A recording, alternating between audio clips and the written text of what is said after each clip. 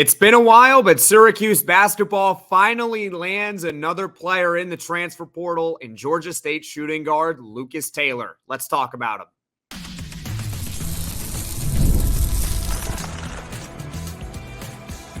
You are Locked On Syracuse, your daily podcast on the Syracuse Orange. Part of the Locked On Podcast Network, your team every day.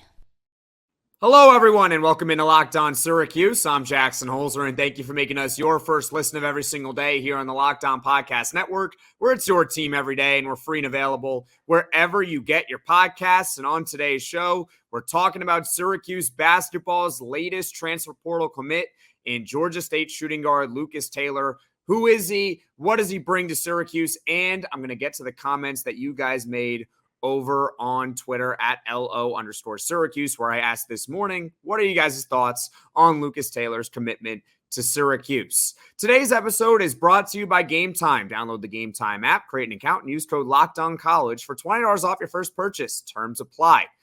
All right, so before I get into what Lucas Taylor brings to Syracuse, just a quick little bio about him. He is a shooting guard from Georgia State. He's going to be a senior with 1 year of eligibility. So this is going to be his only year with Syracuse. Syracuse had been pursuing Lucas Taylor for at least the last few weeks that we know of when there was public interest. It started with Naheem McLeod posting on his Instagram story a picture of Lucas Taylor and then Lucas Taylor reposting it himself. Lo and behold, it's then reported that Lucas Taylor and Syracuse have made contact and that there's interest in working out a visit. Yesterday, Lucas Taylor visits and commits on the very same day to Syracuse. Lucas Taylor is a 4-star transfer on 24/7 Sports. I believe he's top 200 overall in the portal. On three is much lower on him, though. He's only a 3-star there.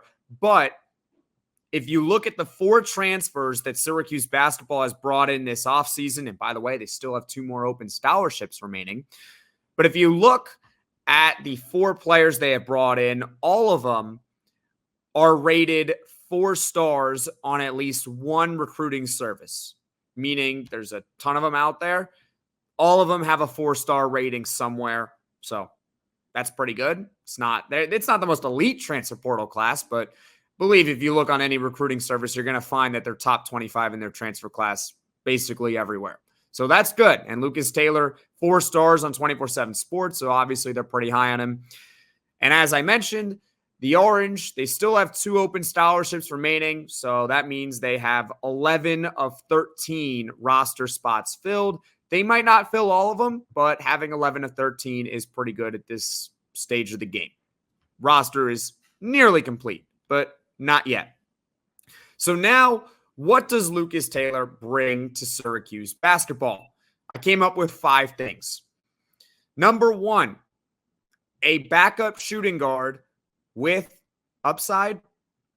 Is there upside with Lucas Taylor? Let me explain. Last year, Lucas Taylor averaged 15 points per game at Georgia State. He really blossomed.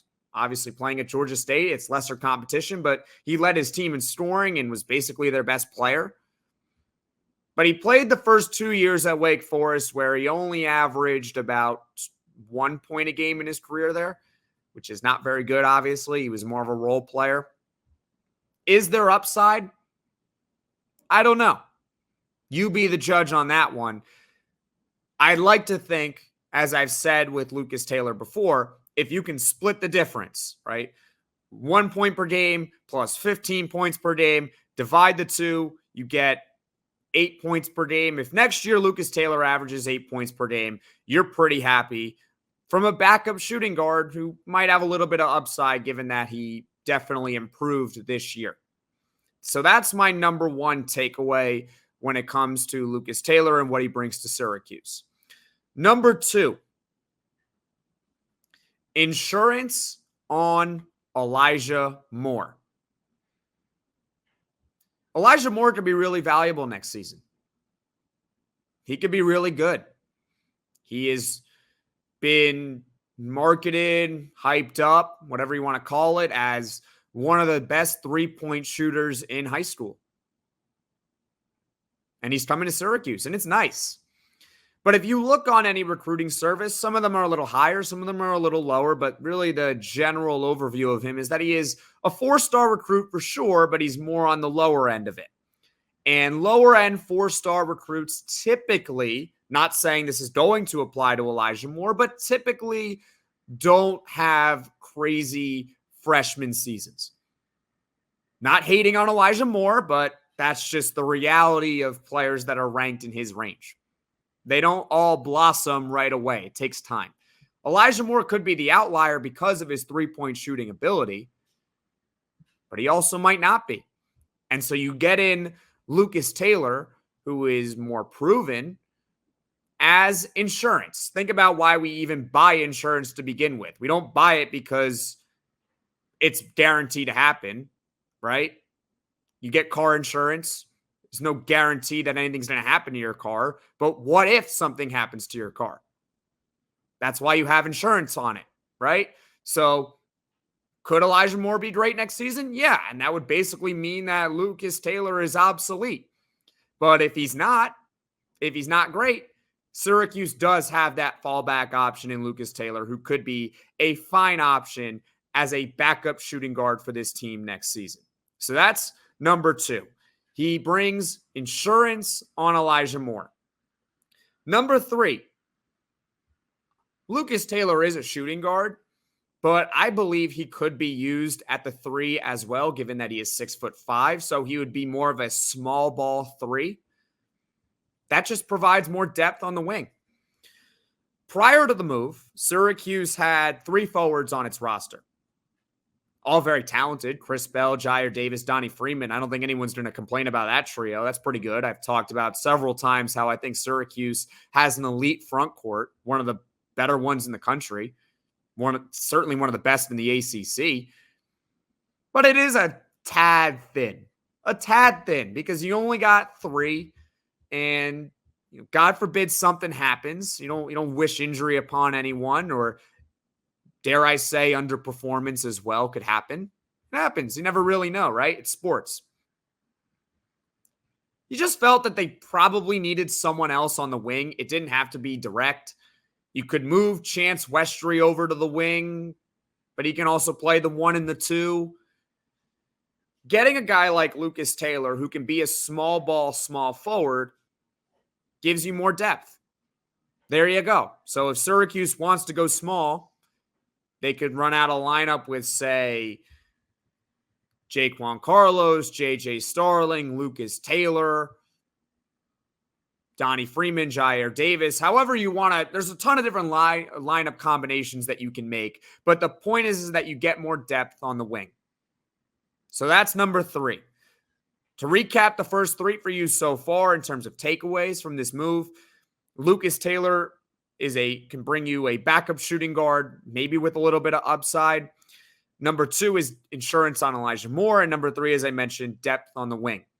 Number 4, you guys have seen his 3-point percentages by now. I've talked about him several times already on this podcast. You've seen his numbers. I posted it.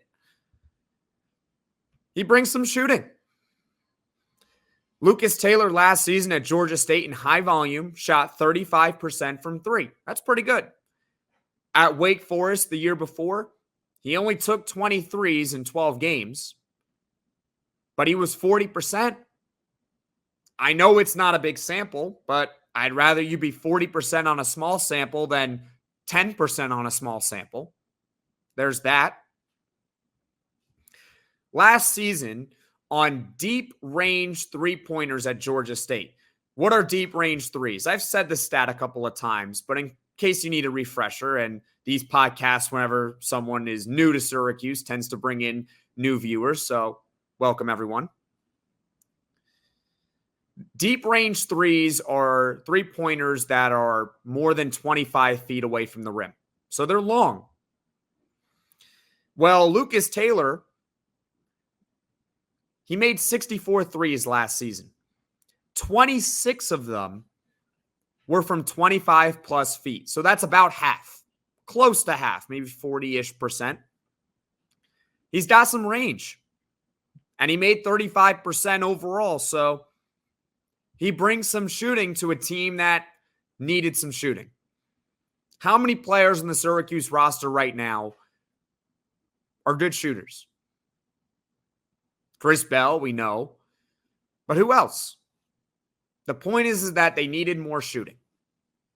And they sort of got it with Lucas Taylor. I don't think it's the solution to everything, but 35% last season is solid. If you were to do that next year for Syracuse, I think we would all be very happy.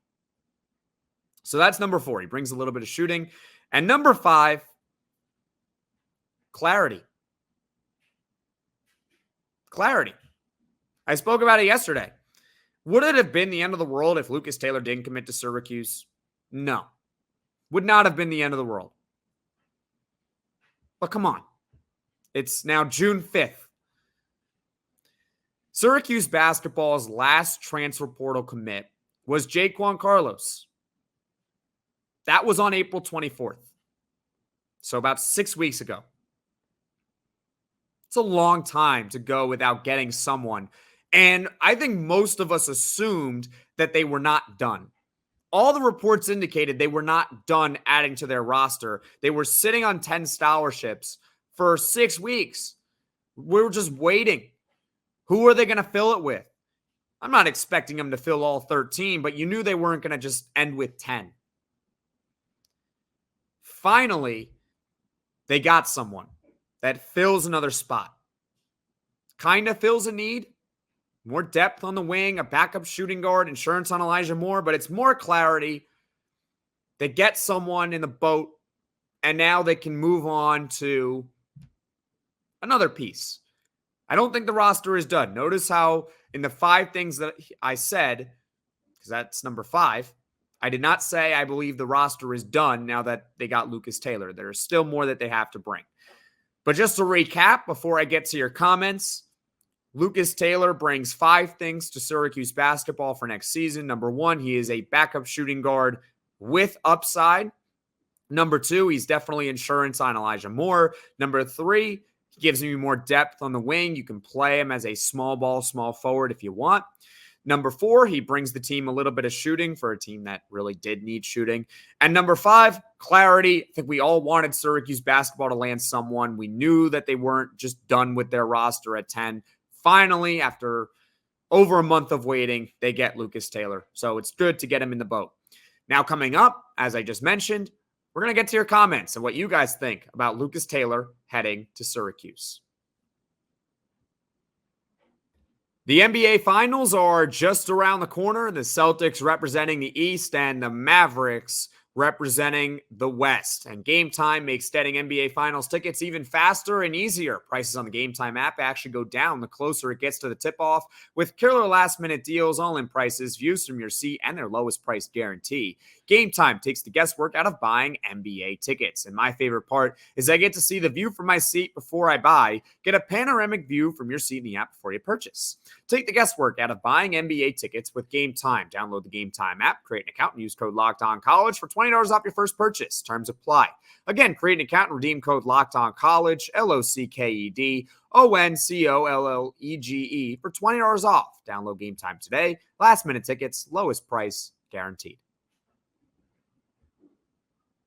Are you watching Fox Sports or ESPN on your TV all day? Have to turn down the volume with all that shouting? Make the switch to Locked On Sports today, a free 24/7 sports streaming channel program for you every day to bring you the biggest stories without all the streaming. Locked On Sports today brings you can't-miss analysis, opinions, and news, streaming 24/7 on YouTube or the free Amazon Fire TV channels app. Part of the Locked On Podcast Network, your team every day. Welcome back, everyone, into Locked On Syracuse. I'm Jackson Holzer, and on today's show, we're talking about Lucas Taylor's commitment to Syracuse. We talked about the 5 things that I believe he brings to the Orange, and if you believe that there's more that he brings, leave a comment below. Now it is time to get to the comments that you guys have on Lucas Taylor's commitment to Syracuse. I woke up this morning and I was like, hey, let me see what you guys think. So let's get right to it. This coming from Cuse Man 7. If this is a depth piece, I'm fine with it, but this isn't a piece that's going to push us over the needle. I agree. I believe it is a depth piece for this team, and That's why I said yesterday that if Lucas Taylor were to not to commit to Syracuse, that it wouldn't necessarily be the end of the world. You're not missing out on one of the 10 best players in the portal or anything like that. So it is a depth piece. But what's wrong with depth, right? This is a team that for years has lacked depth. I mean, last year, how many players were actually playable? How many? By the end of the season, 5. They had Judah Mintz, JJ Starling, Chris Bell, Malik Brown, and Quadir Copeland. And everyone else they brought on the floor, it felt like didn't belong. So you bring in more depth, that's good. I agree, it's not something that's going to push us over the needle. You're not getting from middle of the pack of the ACC to now the best team in the ACC, or you're not going from maybe a projected 10 seed in the tournament to now a 5 seed. It's not one of those needle-moving, tier-moving moves, but it gives the team a little bit more depth, as you pointed out. So that's a good comment right there. Let's go to this one from Bill Keene. I hope I'm saying that right, Bill.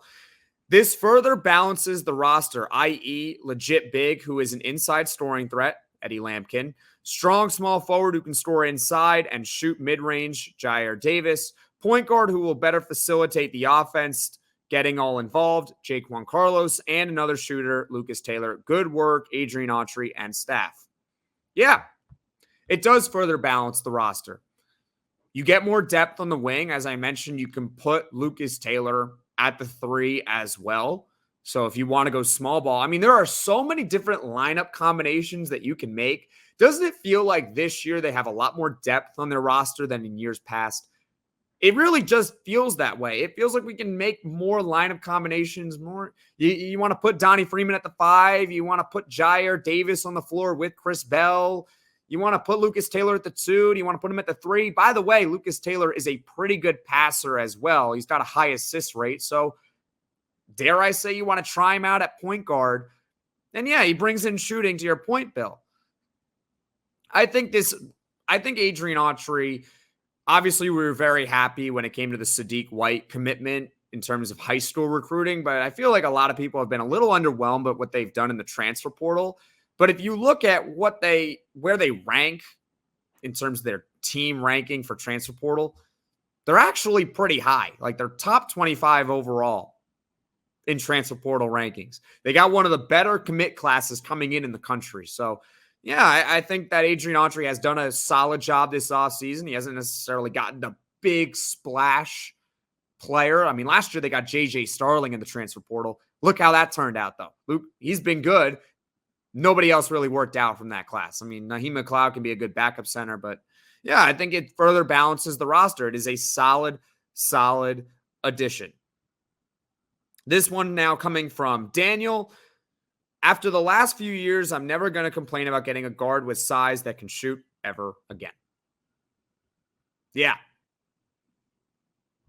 I get your point, Dan. I get your point. Are we really going to complain about the move? I think most people are pretty happy about it. I think the most pessimistic people will say what happened earlier, which is it's not a move. You're not moving the needle with this. I'm on board with that. I'm not overreacting and saying, yeah, they're going to win the ACC now that they got Lucas Taylor, but no reason to complain. There's no reason to really complain about this move. At this point in the game, you're at June 5th.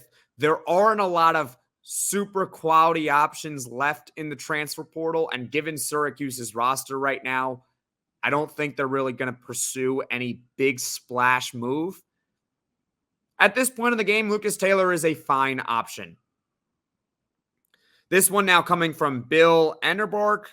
Love the signing. It was getting a little late. It's June. I know. It's June. It was getting a little bit late. So I'm relieved we have another shooter, one with deep range. Yeah, I mentioned that, deep range. Not sure how his D or his minutes will affect Chapa. He's talking about Elijah Moore, obviously. But it's a great depth piece for Autry to mix and match lineups, especially if his three-point shooting ticks up. I talked about it with Elijah Moore, Bill. It's insurance on him. It's possible that Lucas Taylor next season is completely obsolete. I have him right now probably penciled in for about 10 to 15 minutes a game. Yeah, if Elijah Moore is hitting his three-point shot, though, I believe he could probably hit at a higher clip than Lucas Taylor might ever get to. I mentioned how he was 40% in his small sample size at Wake Forest for that one season in 2023, but it's an extremely small sample. And last year at Georgia State, he was 35% on a large sample. Hopefully he splits the difference and he's 37, 38% next year from three. Elijah Moore, it seems like he's got the upside to be one of the best three-point shooters in the conference. I just don't know when that will happen. Is it for next season or is it in seasons to come?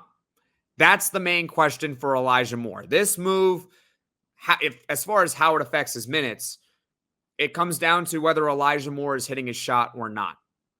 If he is hitting his shot in training camp and in the exhibition games, he's hitting his three-point shot, and maybe they play him a little bit in regular season games in the beginning of the season. If Elijah Moore is hitting his three-point shot at a high clip, he's going to see the floor. You don't just stash players who can shoot at an elite level on the bench. You don't. But if he's only hitting at a similar rate to Lucas Taylor, then you're probably going to play Lucas Taylor a lot more given his experience. The fact that he's 6'5", can also play the small forward. And Elijah Moore's not a small kid. It's really just the experience, the fact that he's going to be a senior next season and can shoot at basically the same rate. So that's how I think it impacts Elijah Moore. Elijah Moore basically determines how much minutes he's going to get next season. Put it that way. If he's hitting a shot at an elite level, you're not benching him. It's kind of like Chris Bell, who he doesn't do a lot of things well, but if he's hitting his shot at over a 40% clip from three, you're putting him on the floor. He's such a threat. You have to put him on the floor. Same deal with Elijah Moore. He's hitting at a high rate. Lucas Taylor is not going to impact his minutes much. But Lucas Taylor does provide insurance in case that Elijah Moore isn't hitting his shot right away. So good comment for you there, Bill. Locked On has launched the first ever national sports 24/7 streaming channel on YouTube, and now it's also available on Amazon Fire TV and the free Fire TV channels app. Locked On Sports Today is here for you 24/7, covering the top sports stories of the day with the local experts of Locked On, plus our national shows covering every league. Find Locked On Sports Today now available on the free Fire TV channels app. Okay, so let's move on now. This comment coming from Carter. I think this year's team will be much better offensively. We lost Malik and Judah. Donnie may not be as good defensively as Malik, but he can definitely produce more offensively. And we have tons of guards to replace Judah's production. Plus, we have a capable center now. So, Carter, to your point, yeah, they did not find a one-for-one replacement in a portal for Judah Mintz. It was going to be really hard to find one like that. Judah Mintz last year was second team all ACC, who led the team in scoring. What did he average? 18 points per game, something like that. He might not necessarily be an NBA player, but he is certainly an elite college basketball player. The only way they would have been able to find someone one-for-one was a player like Malik Mack.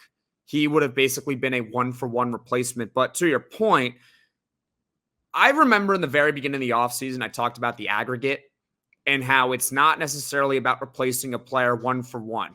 It's about, can the average impact of the players you brought in be greater than the ones that you have lost?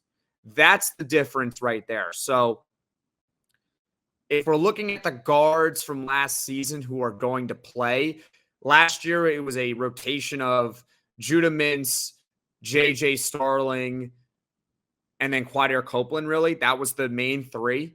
This year, it's Jaquan Carlos. You still have JJ Starling. Now you have Lucas Taylor, Elijah Moore, and I know people will say Kyle Cuff. I don't know if they've necessarily improved the guard position, but if you're looking in terms of the aggregate, the fact that you do have that extra player now off the bench, I think it gives this team a little bit more depth, as I mentioned. So while they're not as elite with Judah Mintz and the top-end talent, they do have more depth to perhaps cover that up. So that's a good comment by you, Carter. I tend to agree with you. They also do have a center that is perfectly capable of being a starting caliber center. That is Eddie Lampkin. He's pretty good. Not an all-ACC once again, but solid player in Eddie Lampkin. So good comment to you there, Carter. All right. I believe that does it now for comments, and I hope you guys enjoyed that segment. Maybe I'll do more of those in the future. I'm not usually the biggest fan of mailbags by any means, but I believe a comment like this, or a comment when you have another player that commits, getting you guys' thoughts on the channel, I thought it might be a good idea. So thank you so much for commenting on it. And as far as this podcast, thank you so much for watching. Thank you so much for listening. If you like this video, click that like button. And if you really liked it, subscribe to the channel and turn on those notifications so you know right away when I'm dropping the next podcast. And everyone, take care.